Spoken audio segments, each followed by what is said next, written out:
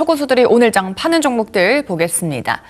네, 실시간 순매도 종목들 삼성전자 그리고 우선주, 삼성전기까지 올라와 있습니다. 지금 모두 파란불을 켜고는 있고요. 그래도 오늘 신재생에너지가 좋습니다. 앞서 말씀드린 저희 공략주였던 OCI홀딩스 4% 넘게 올라와주고 있고요. HD현대마린엔진도 2% 이상 상승, 그리고 오늘 제약바이오주가 좋습니다. 삼성바이오로직스가 7% 넘게 상승해주고 있는데요.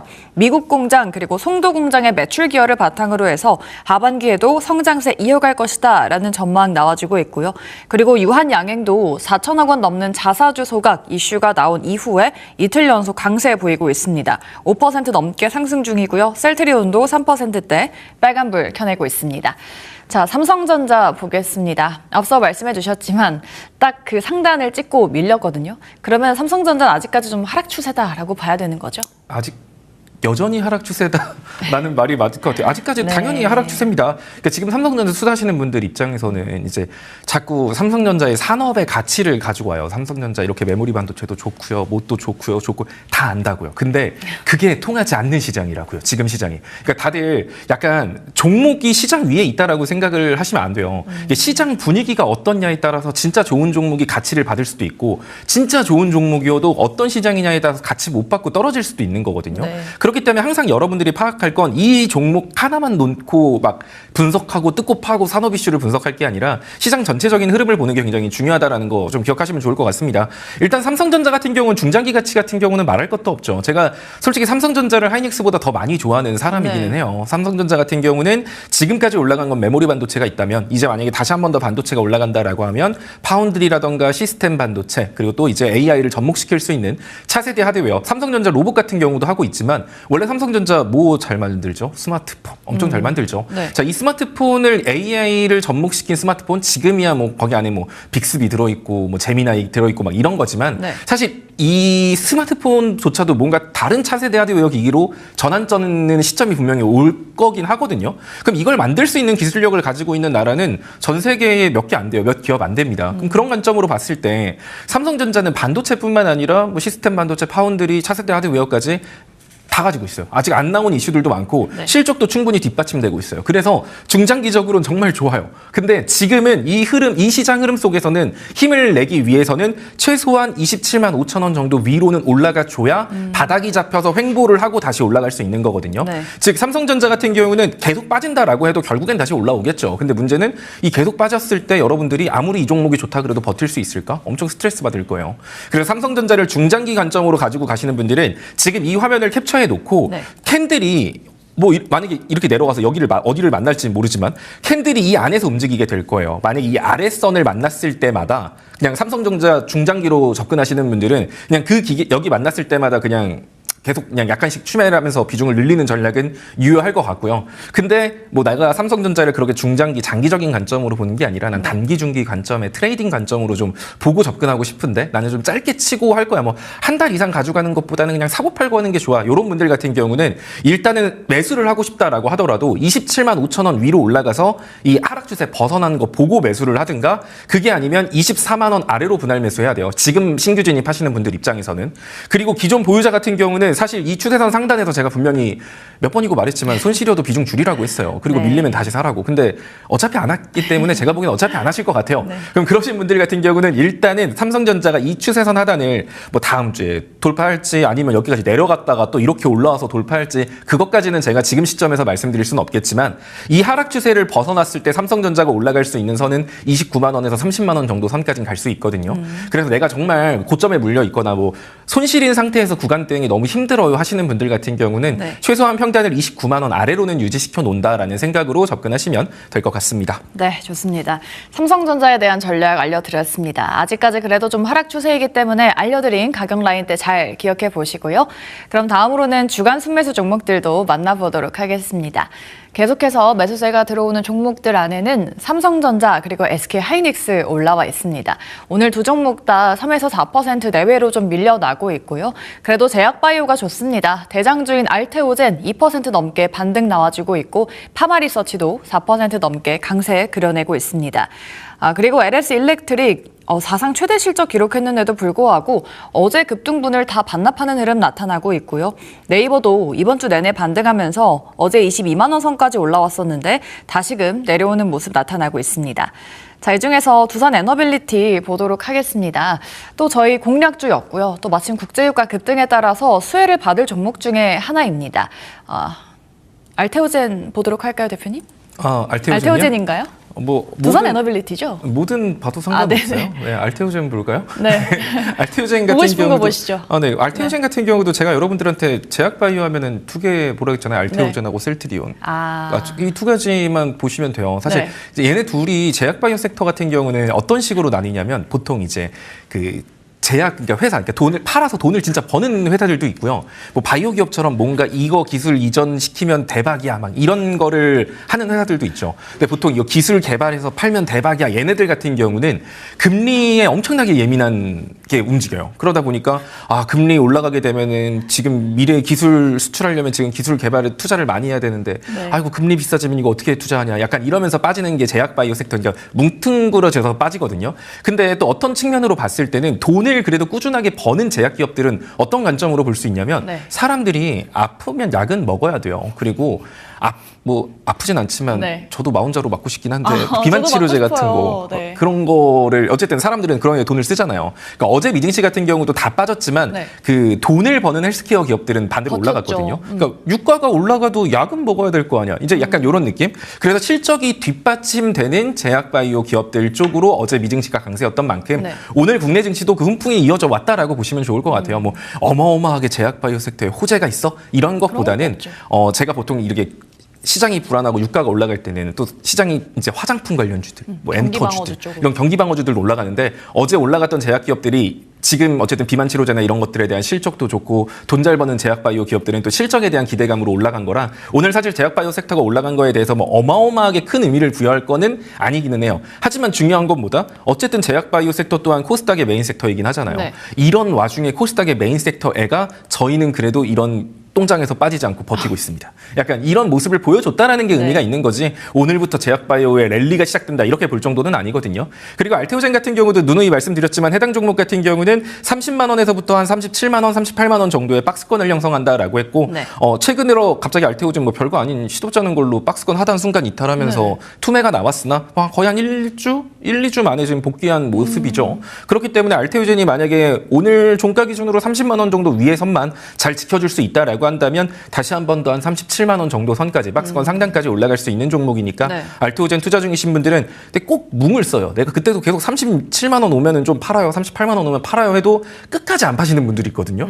지금 이거 박스권 몇 번을 움직였어요. 그 박스권 상하단만 몇 번 대응했으면 내가 알테오젠 얼마큼 위에 물려 있었어도 지금 크게 타격 없을 거예요. 그러니까 이번에도 마찬가지입니다. 이번에 만약에 알테오젠이 37만 원까지 왔다.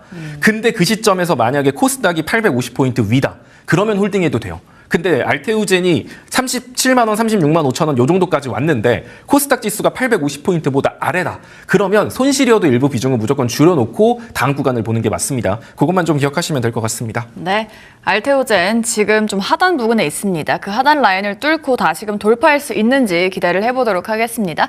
알테오젠 들어봤고요. 다음으로는 계속해서 매도세가 나간 종목들 보겠습니다. 파마리서치 올라와 있고요. 네이버와 함께 현대차 올라와 있습니다. 오늘장 현대차 그룹주도 좀 시장 밀리면서 다 같이 좀 파란불 켜내고 있고요. LG 엔솔이라든지 종목들 모두 지금 파란불 켜고 있습니다. 네이버도 지금 하락하는 모습 보여지고 있고요. 현대차 같은 경우에도 2분기 실적 약간 미스가 나면서 모비스까지 약세 그려내고 있습니다. 이 중에서 두산 에너빌리티 보겠습니다. 여기 있었네요. 댓글창에서도 두 빌 좀 봐달라라고 말씀하시는데 지금 시점에서 좀 봐도 괜찮을까요? 유가 급등하고 있으니까. 그렇죠. 두산 에너빌리티를 투자하고 있다. 제가 우선순위 섹터 6가지 뽑아드렸습니다. 2차 전지, 제약바이오, 소부장, 로봇, 원전, 전력설비 6개. 네, 거기 안에 내가 종목을 가지고 있어. 근데 그 종목 종목이 실적이 나쁘지 않아. 그러면 겁먹을 필요가 없어요. 예. 지금 시장 안 좋으니까 빠지는 거지 얘네들이 나빠서 빠지는 게 아니라 이 시장이 언제까지 빠질지 모르겠어요. 뭐 정말 9월부터 반등이 나올지 8월부터 횡보를 하면서 네. 뭐 약간 피로도를 풀어갈지. 하지만 어쨌든 이 시장에도 끝이 있을 거 아니에요. 지금 뭐 엄청난 대형 악재로 빠지는 것이 아니기 때문에 이 돈의 흐름이 꼬여버린 게 풀리고 나면 다시 한 번 더 빠른 반등 나올 수 있을 때 지금 말한 이 6가지 섹터 애들이 우선적으로 올라갈 가능성이 높아요. 근데 두산에너빌리티는 그 안에서 원전 쪽에서 대장이잖아요. 그럼 얘네들 걱정할 필요가 있을까? 저는 그런 생각이 들거든요. 물론 걱정 안 했더니 계속 빠지는데 어떡하죠? 그러면 이제 선택지예요. 결국 이 시장 분위기가 바뀌어야 얘가 올라가는데 이 시장 분위기가 바뀌기 위해서는 제가 아까 말했죠. 코스피 한 7,150포인트 찍든가 코스닥 850포인트 찍든가 현 시점 기준입니다. 근데 그거 찍기 전까지는 어쨌든 시장은 계속 저점을 갱신할 가능성이 높다라고 생각하셔야 돼요. 그럼 지금 손절치고 시장의 분위기가 바뀌었을 때 다시 재매수하는 게 가장 교과서적인 대응이에요.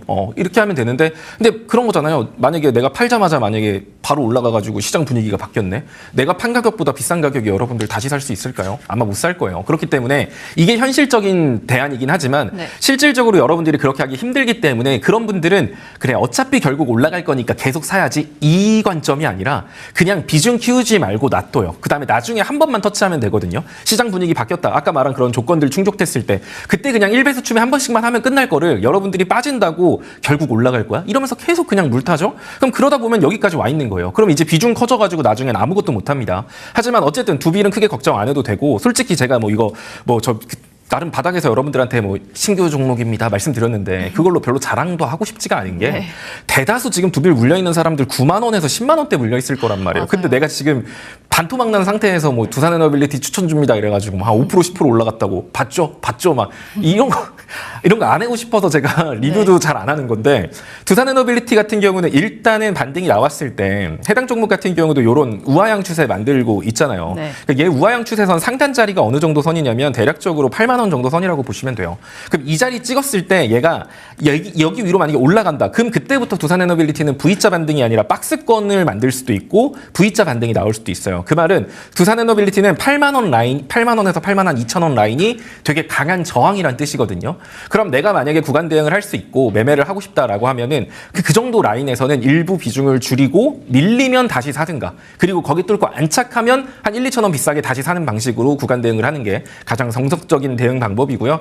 사실 해당 종목은 이제 시장 분위기 제가 이제 코스피 어디 이제 지금 하락 추세 벗어났습니다. 네. 지금 뭐 코스닥 하락 추세 벗어났습니다. 제가 어차피 방송에서 다 알려드릴 거예요. 그렇게 말했을 때 그 시점에서 내가 물려 있다라고 하면 그때 추매하겠다라는 생각을 가지고 해당 종목은 크게 걱정 안 해도 되는 종목이니까 너무 크게 흔들리지 않으셔도 될 것 같습니다. 네, 이렇게 두산에너빌리티까지 네 종목에 대한 전략 만들어 봤습니다. 참고해 보겠고요. 마지막으로는 공략주 좀 도와드리겠습니다. 오늘은 셀트리온 보도록 할 텐데요. 저희가 1월 그리고 4월, 7월 이렇게 3번 공략 타이밍 잡아드렸었고 지금은 이제 수익률이 한 6% 가량인데 이런 약세장에서도 그래도 수익률 낸 게 어디예요? 라고 말씀드리고 싶은데 지금 구간에서는 어떤 전략 필요할까요? 뭐 의미가 있나요? 지금 여러분 아니 뭐 셀트리온은 네. 사실 뭐 지금 여러분들 뭐 공략한 지 얼마 만에 뭐 네. 몇 프로 지금 여러분들 계좌 한번 보면은 지금 눈물이 납니다. 네, 그거에 지금 뭐 얘를 뭐 말할 건 아닌 것 같고 네. 근데 이제 제가 계속 강조하고 싶은 게 제가 지금 여러분들한테 이 공략주로 하나씩 말하는 것들 보면은 그 아까 말한 우선순위 섹터 안에 6가지에서 대장주. 하나씩 뽑아주고 네. 있는 거예요. 그러니까 얘네들이 지금 간다라는 의미가 아니라 시장이 나아졌을 때 우선적으로 올라갈 수 있고 그 안에서 끼가 있는 얘들을 말씀드리고 있는 거거든요. 그럼 내가 지금 제약바이오 섹터를 투자하고 있는데 되게 다른 걸 갖고 있어. 근데 이 회사 같은 경우 솔직히 내가 봐도 기술 이전 되면 대박인 것 같은데 뭐 FDA 승인 나오면 대박일 것 같은데 근데 사실 지금은 돈은 좀 못 버는 그런 애들을 가지고 있다. 그래서 영 불안하고 찝찝해. 이런 시장 분위기까지. 그런 분들 같은 경우는 그런 애들을 비중을 줄여서 셀트리온이나 알테오젠 이런 쪽으로 옮기는 게 저는 개인적으로 좀 현실적인 조언인 것 같거든요. 그러니까 결국 셀트리온 같은 경우도 CDMO 관련주로도 묶이기 때문에 미국하고 중국 갈등 통해서 생물보안법 얘기 나와도 거기에서도 수혜받을 수 있어요. 네. 뭐 CDMO 관련주로 움직일 수 있는 게 삼바, ST팜 그리고 셀트리온, 바이넥스 정도인데 바이넥스 좀 약하니까 빼고 이 세 가지 정도 좀 눈여겨보시면 좋을 것 같고요. 또 셀트리온은 워낙 또 실적이 좋은 기업이기도 합니다. 뭐 그런 거 생각해 보면은 셀트리온은 물렸다라고 해서 걱정하거나 불안하진 않아요. 다만 짜증나요. 이게 되게 느려서 짜증이 나긴 하는데 네. 이제 이건 투자 성향의 문제겠죠. 아, 나는 불안한 것보단 차라리 짜증난 게 낫더라 하면은 셀트리온 쪽으로 자금 일부 이동하는 것도 좋은 대안이 될 수 있고요. 셀트리온 같은 경우는 현구간에서 반등 나오면 20만 원 정도 선까지는 기술적 반등으로도 올라갈 수 있는 자리니까 셀트리온에는 만약에 좀 비중을 줄인 다음에 20만 원 정도 라인에서 비중을 줄인다 생각하시면 될 것 같습니다. 네, 좋습니다. 셀트리온 알려드렸습니다. 7월에 공략 이후에 6% 수익 내주고 있고요. 알려드린 가격 라인 잘 참고해 보시면 좋을 것 같습니다. 자, 댓글창에서도 사실 오늘 시청자분들께서 주식 괜히 했네라고 말씀하시는데 슬슬 또 그런 말이 나올 시점 아닙니까? 그러면 바닥이 잡혀가고 있다는 뜻입니다. 아, 그래요? 네, 지금 아까도 주식 괜히 했네 하셨잖아요. 제가 하셨죠. 네, 그렇죠. 그렇죠. 이제 슬슬 제 기억으로는 그때 하이닉스 옮기고 나서 하이닉스도 네. 되게 좋아하셨던 것 같은데. 당황스럽네요. 네. 그래서 이제 슬슬 반등 때가 되지 않았나 이런 생각이 듭니다. 지금 네. 시장 사실 하락 추세에서 하락 추세라는 건 똑같아요. 여러분들 어제 올라가는데 오늘 빠지니까 실망스러워라고 하겠지만 중요한 건 원래 하락 추세였고요. 그쵸. 그냥 지금 하락 추세였어요. 그럼 이걸 벗어날 만한 뭔가 신호들은 잡히고 있는가? 잡히고 있거든요, 분명히. 네. 그런 포인트들이 있다고 하기 때문에 여러분들이 지금 생각할 건 지금 시장에서 막 섣부르게 움직이지 않는 것. 이게 되게 중요합니다. 그리고 바닥이 아니라 시점을 잡는 게 굉장히 중요한 거고 그 시점이 언젠지 여러분들이 궁금하고 어렵다 하시는 분들은 아래 오시면 적어도 그 시점 놓치지 않게 해드릴 테니까 아래 QR코드 찍고 들어오시면 될 것 같습니다. 네, 매일매일 변동성이 정말 큰 시장입니다. 이런 시장에서 흔들리지 않을 수 있는 전략 알려드리고 있습니다. 지금 하단 나가고 있는 QR코드 타고 들어가시면 되고요. 매일매일 또 디테일한 시황도 알려드리고 있으니까요. 많은 참여 부탁드리도록 하겠습니다. 네, 투자상의 1%는 지금 함께 하셨고요. 자이언시 투자자문의 소재민 대표 수고해 주셨습니다. 말씀 고맙습니다. 네, 감사합니다.